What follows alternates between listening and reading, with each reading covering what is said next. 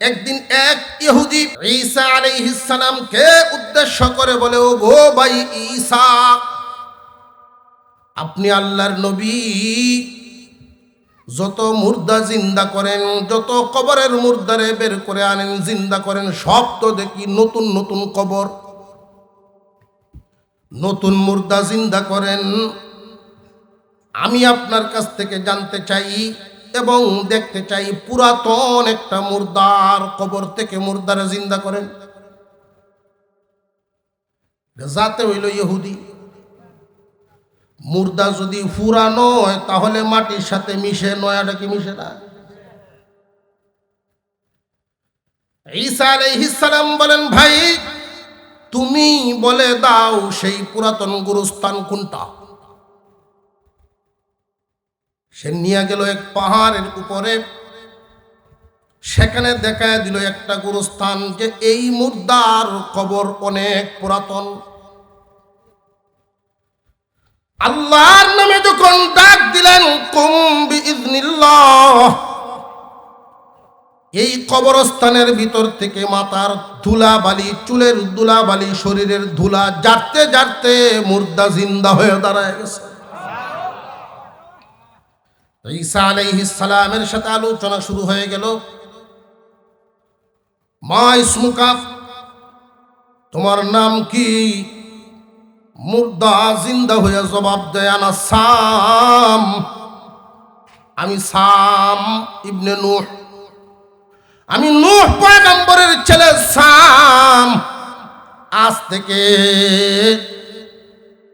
প্রায় ২৫০০ বছর আগে দুনিয়া ছেড়েছি। ঈসা আলাইহিস সালাম বলেন, ২৫০০ বছর আগে দুনিয়া ছেড়েছ বুঝলাম, তোমার মাথার চুল দেখে যে আমি আজীব হয়ে গেলাম, আশ্চর্য হয়ে গেলাম। রে সাম, আমি যতদূর জানি তোমাদের আমলের মানুষ ১৫০০ বছর হায়াত পাইলেও চুলদারি তো পাকত না,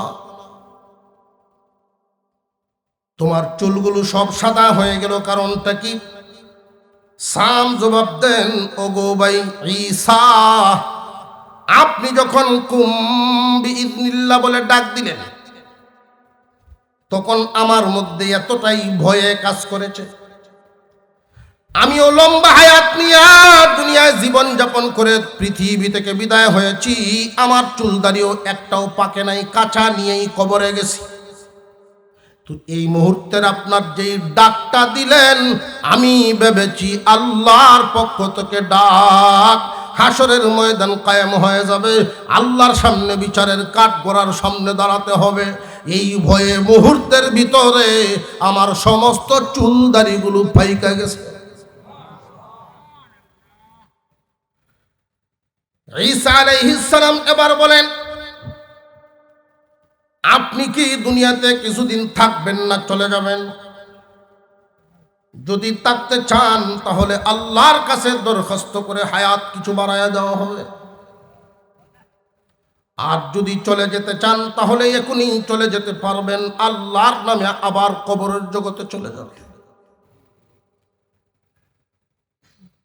সাম জিজ্ঞাসা করেন, ও ভাই ঈসা, যদি হায়াত বৃদ্ধি করা হয়, দুনিয়ায় কিছুদিন থাকা হয়, তাহলে কি আবার আজরাইল আমার জান কবজ করবনি? হ্যাঁ, আজরাইল ছাড়া তো জান কবজ করার দায়িত্ব আর কেউ না। তাহলে আমার আর দরকার নাই দুনিয়াদারির, আমার এখনই যাওয়া ভালো। ঈসা আলাইহিস সালাম বলেন, আজরাইলের নাম শুই না আপনি এত ভয় পাইলেন কেন? যে ভয় যে পাইছি, দেখা তো আমার সাথে হইছে, আপনার সাথে না। আপনার সাথে হইলেও বুঝবাই, আজ থেকে ৩৫০০ বছর আগের সেই ঘটনা, আজরাইলের সেই জান কবজ করাটা, সেই কষ্টটা আমি এখনো ভুলতে পারি নাই। والنازعات غرقا ওয়ান্নাশিতাতি নাশতা, যেই দুই দল ফেরেশতায় মানুষের জান কবজ করে, এই দুই দল ফেরেশতার কসমকে আল্লাহ বলেন। ডুব দিয়ে জান বের করা করনেওয়ালা ফেরেশতার কসম, যেই ফেরেশতারা ডুব দিয়ে জান বের করে তাদের কসম। আবার একদল ফেরেশতার কসম খাইলেন, যেই ফেরেশতায় আস্তে করে হালকা ভাবে চাপ দিয়া গিরা খুলে দেয় তাদের কসম। মানুষের জান বের করা হয় গিরা কুলার মাধ্যমেও, আবার ডুব দিয়া বের করার মাধ্যমে। নেককার পরহেজগার জান্নাতি এই মানুষগুলোর গিরা কুলার মাধ্যমে জান বের করা হয়।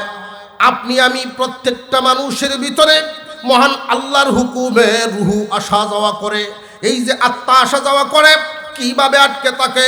আমাদের প্রত্যেকের কণ্ঠনালীর নিচে, গলার নিচে একটা গিরা দেওয়া আছে, ওই গিরাটায় বাতাস আটকা আছে। লক্ষ্য করে দেখবেন বেলুনের ভিতরে বাতাস ভরা। গিরা আছে না নাই? বেলুনের ভিতরে একটা বাতাস, কিছু বাতাস ভরে যখন গিরা দিয়ে রাখে, খেয়াল করে দেখবেন ওই গিরাটা আবার ভিতরে ঢুকে যায়। এই ভিতর থেকে যদি গিরাটা পুনরায় কেউ খুলতে চায়, মুখের মধ্যে হালকা একটু চাপ দিলে ঢিল হইব, এরপরে খুলতে হয়। চাপ না দিলে তো খুলতে পারবে না। আজরাইল একদল ইমানদার নেককার একদল মানুষের জান বের করে ওই এতটুকুন চাপ দিয়া গিরা খুলে। এই চাপটার হালত আমার আপনার পয়গম্বর সাল্লাল্লাহু আলাইহি ওয়াসাল্লাম যেই দিন দুনিয়া থেকে বিদায় হন, আজরাইল আলাইহিস সালামের সাথে আলোচনা হচ্ছে। আজরাইল আলাইহিস সালামের অবস্থা যখন উনি জান কবজ করতেছেন, আম্মা জান আয়েশা সিদ্দিকা রাদিয়াল্লাহু তাআলা আনহা বর্ণনা করেন, আমার ধারণাটাই পাল্টে গেল। আল্লাহর পয়গম্বর, যার মর্যাদা আল্লাহর পরে, বিশ্বনবী রাহমাতুল লিল আলামিন,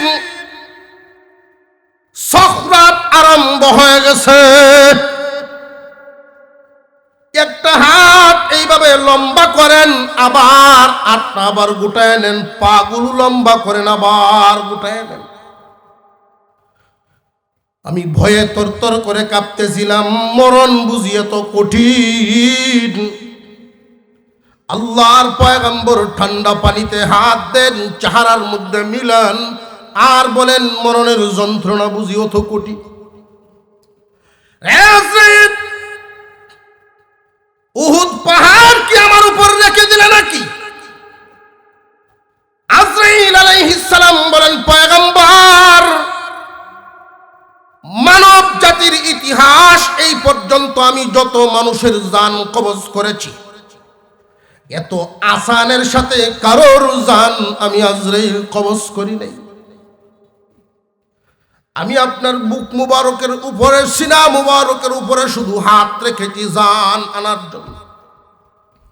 আল্লাহর পয়গম্বর বলেন, আজরাইল রে, আমার কাছে মনে হয় উহুদ পাহাড় চাপ দিয়ে রাখছে। আজরাইল, আর তোমার সাথে তো সাক্ষাৎ হবে না, আমার উম্মতের কি গতি হবে? আমার উম্মতরাও বুঝি এত কষ্ট দিয়ে জান কবজ করবা। আল্লাহ রব্বুল আলামিন আজরাইল আলাইহিস সালামকে জানায় দিলেন, ও আজরাইল, আমার দোস্তরে সুসংবাদ জানায় দাও, উনার উম্মত, আমার দুস্থের উম্মতেরা দুই ভাগে বিভক্ত, নেককারও হবে, বদকারও হবে। নেককার যারা হবে এদের জন্য সুসংবাদ জানায় দাও। যদিও আজরাইল তুমি চাপ দিয়া জান বের করবা, নেককার উম্মতে মুহাম্মাদিকে আমি আল্লাহ বিশেষ ব্যবস্থার মাধ্যমে ওই চাপের যন্ত্রণা বুঝতে দিব না। একদিন ছিলাম না, একদিন থাকবো না, এই কথা সবাই বিশ্বাস করে, আবু জেহেলেও করত। যারা মূর্তি পূজা করে ওদেরকে জিজ্ঞাসা করবেন, ভাই একদিন ছিলাম না, একদিন থাকবো না, এটা তুমি মানো? সেও বলবে মানি। তাই বলে সে ইমানদার হবে না। ঈমান পূর্ণতা পায় যখন পরকাল বিশ্বাস করে। আবু জেহেলের সাথে তো এই পরকাল নিয়েই লাগছে। আসমান জমিনের মালিক যে আল্লাহ, এটা আবু জেহেলেও মানত। একদিন ছিলাম না, একদিন থাকবো না, কয় ঠিক আছে ভাতিজা, আমবো একমত। কারণ বাপ দাদা কেউই নাই, আমরাও থাকতাম না। তো চাচা, আল্লাহ আবার জিন্দা করবেন। এইটা আমার মাথার ধরে না বাপ। আল্লাহ যে আবার জিন্দা করতে পারবেন, এই ক্ষমতা আল্লাহর আছে না নাই? একটা আলুর বীজ সামান্য শাক নেয় মাত্র, ওইটা যখন মাটির নিচে আমরা শোয়া দেই, কবর দেই, মাটির নিচে কবর দেই, দাফন, যখন সেটা পচে তখন সেখান থেকে চারা গজায়।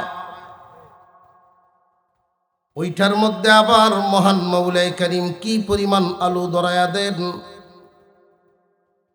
চোখের সামনে বান্দা, মহান আল্লাহ রব্বুল আলামিন তোমাদের চোখের সামনে এগুলো দেখাইতেছেন। ইতিহাস থেকে অনেকগুলো ঘটনা মহান মৌলাই করিম কুরআনুল কারীমে নাজিল করে জানিয়েছেন। মহান আল্লাহ শিশু বাচ্চার জবান থেকে বড় মানুষের মতো কথা বলাইছেন।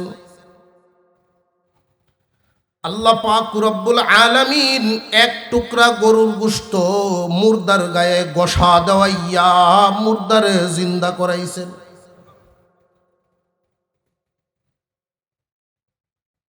দুনিয়ার জমিনে কয়েকজন যুবক একটা পাহাড়ের গুহায় গিয়া ঘুমাইল, বছরের পর বছর গেল, 309 বছর ঘুমাইল।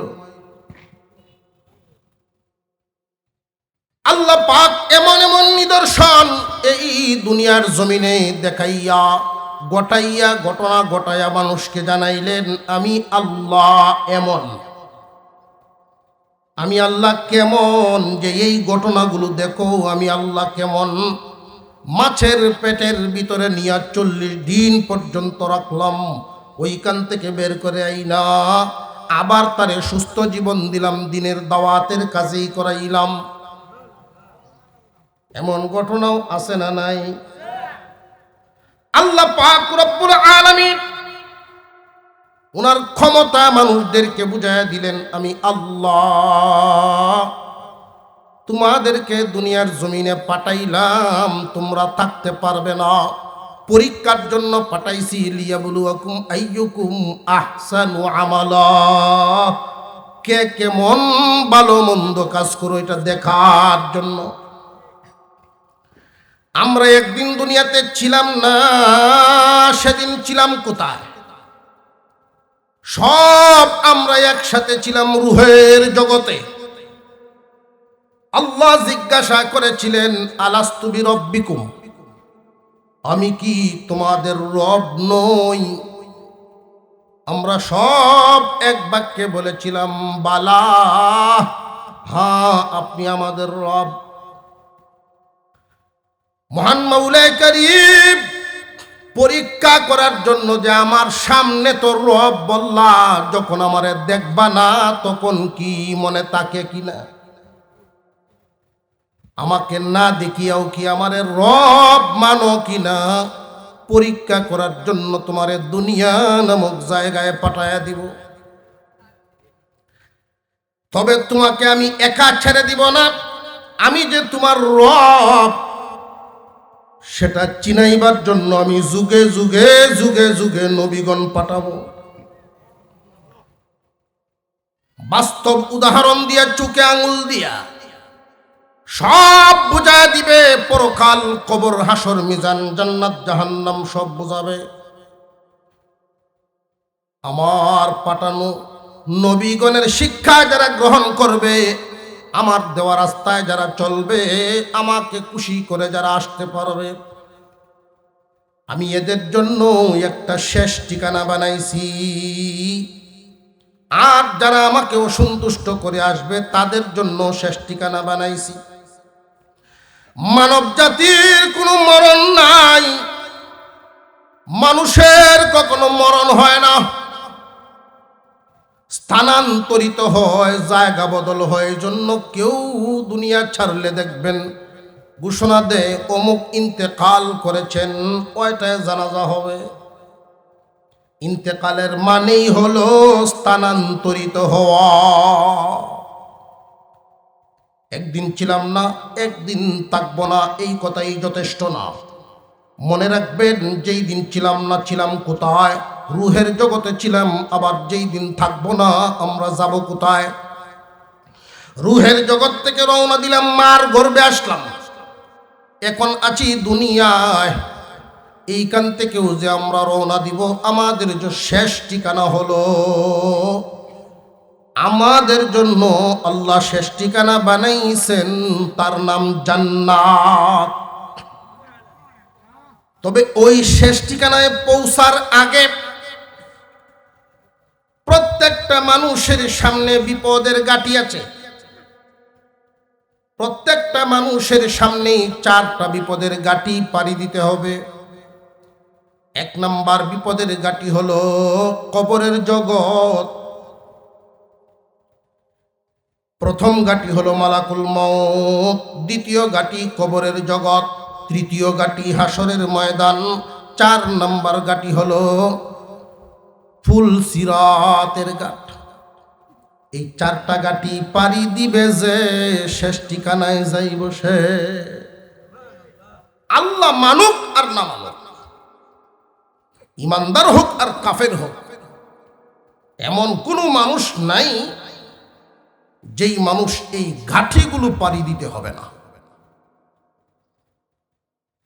কোনো মানুষই মৃত্যুবরণ না করে দুনিয়া ছাড়ার সুযোগ, মৃত্যুর পিয়ালা তার পান করতেই হবে। আমরা এখানে যারা আছি, আমাদের সামনেও সেই মরণ নামক বস্তু আছে না নাই? এই মরণ নামক ঘাটিটা কতটুকুন যন্ত্রণাদায়ক, কতটুকুন কষ্টের। কোন মুর্দা যেহেতু আবার দ্বিতীয়বার জিন্দা হইয়া আমরার সাথে গপসপ করছে না, এই জন্য পুরাপুরি আমরা টের পাই না। যদি এমন সিস্টেম থাকতো, জিজ্ঞাসাও করুন যেত,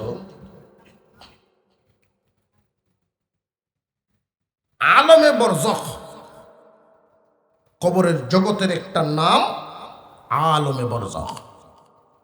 বারজাখুন শব্দের অর্থ হলো পর্দা বা ঢাকনা, আড়াল। দুনিয়া থেকে বিদায় হয়ে গেল তো আড়াল হয়ে গেল। মাত্র 1.5 হাত নিচে দাফন করলাম,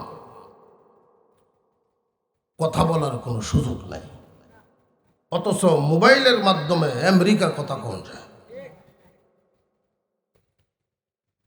যদি সুযোগ থাকতো, একটা কোডি মোবাইল ক্যামেরাটা না দেয়া গুরুস্থানের কোন ধুয়ে দিলাম, যে বা কোন রকম খালি সাপটা দিয়ে হয়ে বুটনরা, এমন সুরত কি আছে? নাই। কিন্তু আল্লাহর রাসূল সাল্লাল্লাহু আলাইহি ওয়াসাল্লাম সেই মৌতের হালতটা আমাদেরকে বর্ণনা করে শোনাইছেন। মৃত্যু কেমন হবে, মৌত কেমন, মৌতের হালত। হুজুর সাল্লাল্লাহু আলাইহি ওয়াসাল্লাম বলেন, মানুষটা যদি গুনাহগার হয়, একটা জীবিত প্রাণীর চামড়া ছিলাইলে যেমন কষ্ট হয়, এর চেয়ে দ্বিগুণ কষ্ট দিয়ে জান বের করা হয়। আর যদি নেককার হয়, তার মরণটা হবে খুব আরামের মরণ। মার কুল থেকে বাবার কুল, একটা কুল বদলাইলে শিশুর কাছে যেমন লাগে, দেখবেন প্রিয় মানুষটারে যদি দেখে, তার দিকে ওই বাচ্চাটা কিভাবে যায়, 2টা হাত মেলাইয়া উড়াল দেয়, খুশির সাথে চলে যায়। ঠিক না ঠিক? মুহতারাম হাজিরিন, একজন নেককার মানুষ যখন দুনিয়া ছাড়ে, তারে নেওয়ার জন্য একদল ফেরেশতা আসে, 500 ফেরেশতার বাহিনী। বদকার যখন দুনিয়া ছাড়ে, তাকেও নিতে আসে 500 ফেরেশতার বাহিনী। তবে দুই দলের হালত ভিন্ন ভিন্ন। জান্নাতি মানুষরা যখন দুনিয়া ছাড়ে, 500 জান্নাতি ফেরেশতা, এক একজনের হাতে থাকবে জান্নাতি রুমাল, আরেক হাতে থাকবে আতরদানি সুগন্ধি। একজন ফেরেশতার হাতের আতরদানির সাথে আরেকজনের তার ঘ্রাণের মিল নাই, 500 প্রকারের সুঘ্রাণ। এই 500 ফেরেশতা, নওজোয়ান যুবক, সুশ্রী সুঠাম দেহের অধিকারী, উজ্জ্বল চেহারা, মুস্কি হাসতে থাকবে, আর এই বাহিনী আহলান সাহলান বলে আসতে থাকবে। তখন ওই বান্দা, জান্নাতি বান্দার সখরাত আরম্ভ হয়ে যায়। কোন বান্দা ওই জামাতকে দেখে ফেলে, দেখে দূর থেকে সালাম দিয়ে দেয়। কোন বান্দা মুস্কি একখান হাসি মারে। কোন বান্দা এই জামাত দেখে মনের তৃপ্তিতে আস্তে করে চোখ বন্ধ করে ফেলে। এমন নজির, এমন ঘটনা আমরা দেখছি না আমরা অসুবিধা হইতেছে কোনো? আচ্ছা, আমরা এই মানুষটি খালি কানি লয়, কারণটা কি? তাই এদিক দিয়ে আছে কিস্তা? হ্যাঁ, বাতাসে দেয়া কত বড় টিলাটা এনে বাতাসে লাগবো কেমনে? আমরা এই দিক দিয়ে বইলে, এই জায়গাটা ময়দান হইলে না, বাতাসটায় হোল লয়, বাতাস হরবো কি ভাই? আল্লাহ রহম করুক। আমি যুবক ভাইদেরকে বলবো, নওজোয়ান যুবক যারা, তারা এই সাইকেলে বসতে, মুরব্বীগণকে আরামদায়ক জায়গা দিতে আমরা ইহসান করি তাদের উপর। এই জায়গাটা, এই সাইডটা এটা তুললে তো এই হদ্দা আমরা ধরার নেই, বাতাস লাগবে না। কি কর যে নভদ্দা তাহলের কথা, হে নাই হদ্দা।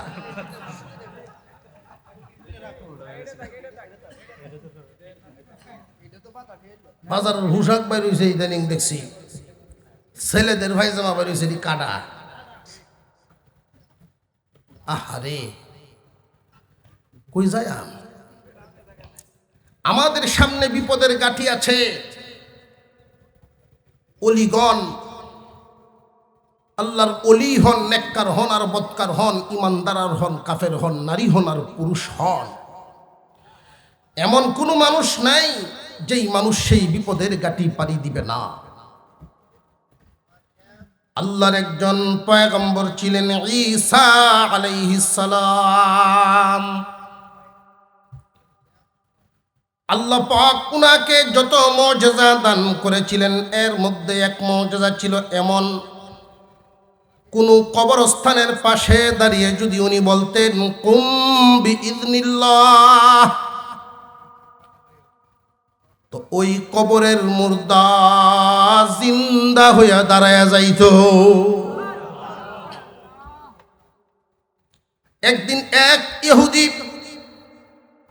ঈসা আলাইহিস সালামকে উদ্দেশ্য করে বলে, ও গো ভাই ঈসা, আপনি আল্লাহর নবী, যত মুর্দা জিন্দা করেন, যত কবরের মুর্দারে বের করে আনেন জিন্দা করেন, সব তো দেখি নতুন নতুন কবর, নতুন মুর্দা জিন্দা করেন। আমি আপনার কাছ থেকে জানতে চাই এবং দেখতে চাই, পুরাতন একটা মুর্দার কবর থেকে মুর্দারে জিন্দা করেন। যাতে হইল ইহুদি, মুর্দা যদি পুরানো হয় তাহলে মাটির সাথে মিশে, নয়াটা কি মিশে না? ঈসা আলাইহিস সালাম বলেন, ভাই তুমি বলে দাও সেই পুরাতন গুরুস্থান কোনটা? সে নিয়ে গেল এক পাহাড়ের উপরে, সেখানে দেখায় দিল একটা গুরুস্থান, যে এই মুর্দার কবর অনেক পুরাতন, আল্লাহর নামে যখন ডাক দিলেন কুম বিইজনিল্লাহ, এই কবরস্থানের ভিতর থেকে মাথার ধুলাবালি, চুলের ধুলাবালি, শরীরের ধুলা জারতে জারতে মুর্দা জিন্দা হয়ে দাঁড়ায় গেছে। ঈসা আলাইহিস সালামের সাথে আলোচনা শুরু হয়ে গেল। মা ইসমুকা, তোমার নাম কি?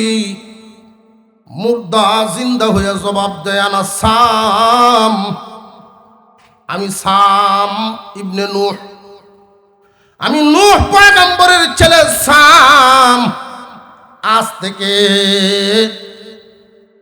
প্রায় ২৫০০ বছর আগে দুনিয়া ছেড়েছি। ঈসা আলাইহিস সালাম বলেন, ২৫০০ বছর আগে দুনিয়া ছেড়েছ বুঝলাম। তোমার মাথার চুল দেখে যে আমি আজীব হয়ে গেলাম, আশ্চর্য হয়ে গেলাম। রে সাম, আমি যতদূর জানি তোমাদের আমলের মানুষ ১৫০০ বছর হায়াত পাইলেও চুলদারি তো পাকত না। তোমার চুলগুলো সব সাদা হয়ে গেল, কারণটা কি? সাম জবাব দেন, ওগো ভাই ঈসা, আপনি যখন কুম বিইজনিল্লাহ বলে ডাক দিলেন, তখন আমার মধ্যে এতটাই ভয়ে কাজ করেছে। আমিও লম্বা হায়াত নিয়ে দুনিয়ায় জীবন যাপন করে পৃথিবী থেকে বিদায় হয়েছি। আমার চুলদারিও একটাও পাকে নাই, কাঁচা নিয়েই কবরে গেছি। তো এই মুহূর্তের আপনার যেই ডাকটা দিলেন, আমি ভেবেছি আল্লাহর পক্ষ থেকে ডাক। হাসরের ময়দান কায়েম হয়ে যাবে, আল্লাহর সামনে বিচারের কাঠগড়ার সামনে দাঁড়াতে হবে। এই ভয়ে মুহূর্তের ভিতরে আমার সমস্ত চুলদারিগুলো পাইকা গেছে। ঈসা আলাইহিস সালাম এবার বলেন, আপনি কি দুনিয়াতে কিছুদিন থাকবেন না চলে যাবেন? যদি থাকতে চান তাহলে আল্লাহর কাছে দরখাস্ত করে হায়াত কিছু বাড়ায়া দেওয়া হবে। আর যদি চলে যেতে চান তাহলে এখনই চলে যেতে পারবেন, আল্লাহর নামে আবার কবরের জগতে চলে যাবেন। সাম জিজ্ঞাসা করেন, ও ভাই ঈসা, যদি হায়াত বৃদ্ধি করা হয়, দুনিয়ায় কিছুদিন থাকা হয়, তাহলে কি আবার আজরাইল আমার জান কবজ করবনি? হ্যাঁ, আজরাইল ছাড়া তো জান কবজ করার দায়িত্ব আর কেউ না। কথা হলে আমার আর দরকার নাই দুনিয়াদারির, আমার এখনই যাওয়া ভালো। ঈসা আলাইহিস সালাম বলেন, আজরাইলের নাম শুই না আপনি এত ভয় পাইলেন কেন? যে ভয় যে পাইছি, দেখা তো আমার সাথে হইছে, আপনার সাথে না। আপনার সাথে হইলেও বুঝবাই। আজ থেকে ৩৫০০ ২৫০০ বছর আগের সেই ঘটনা, আজরাইলের সেই জান কবজ করাটা, সেই কষ্টটা আমি এখনো বলতে পারি নাই। ওয়ান্নাজিআতি গারকা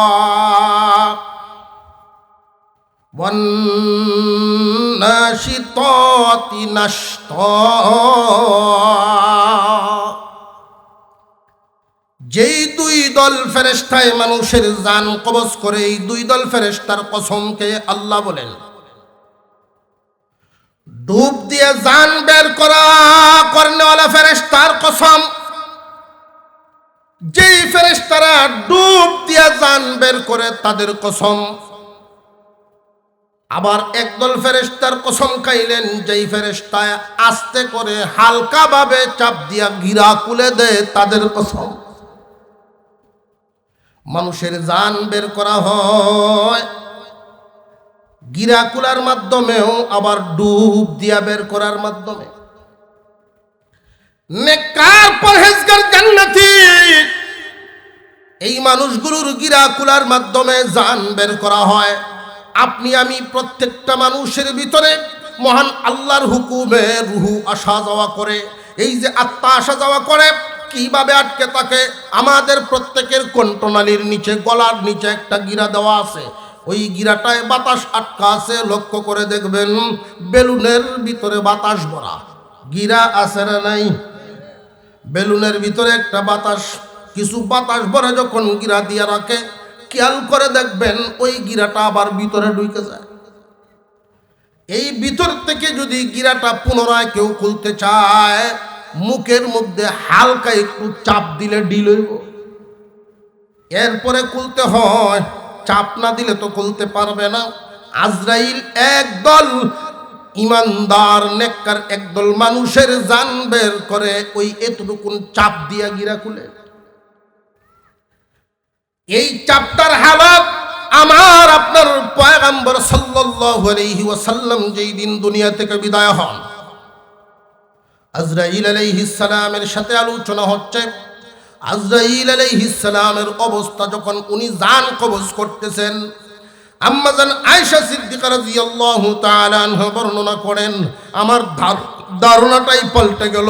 আল্লাহর পয়গম্বর, যার মর্যাদা আল্লাহর পরে, বিশ্বনবী রাহমাতুল লিল আলামিন,